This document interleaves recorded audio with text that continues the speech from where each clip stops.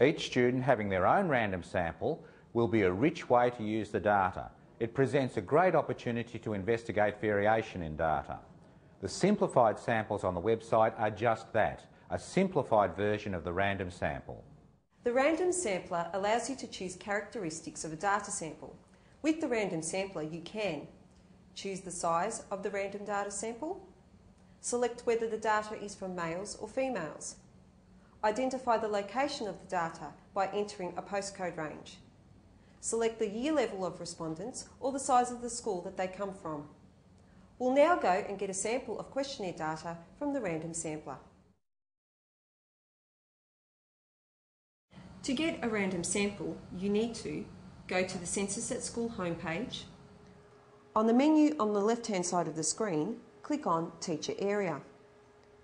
Then select Teacher Resources. On this page, you are able to access CensusAtSchool data in 3 ways. We'll select Random Sampler. This page explains the conditions of use of the CensusAtSchool data. If you agree with these conditions, press Accept.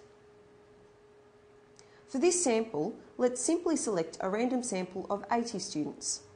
On the random sampler, go to the heading Sample Size, click on the drop-down list and select 80. Ensure that the rest of the options are set to default and click Get Data Sample. Once the random sampler has successfully generated a random data sample, a screen with 2 document links should appear. To save your data sample, right-click on the data sample link next to the heading Download Data Sample File, select Save Target As, choose a location to save your data sample, and then select Save.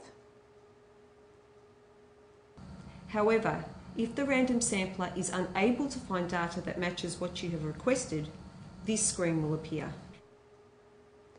There is a 10% rule that means no individual record can have more than a 10% chance of being in the sample. This means to get a sample of 100 girls from a particular postcode, there needs to be at least 1,000 girls in that postcode. At this point, you will need to return to the random sampler and decrease your requested sample size, increase the postcode range, or deselect some of the options to allow more data to be included.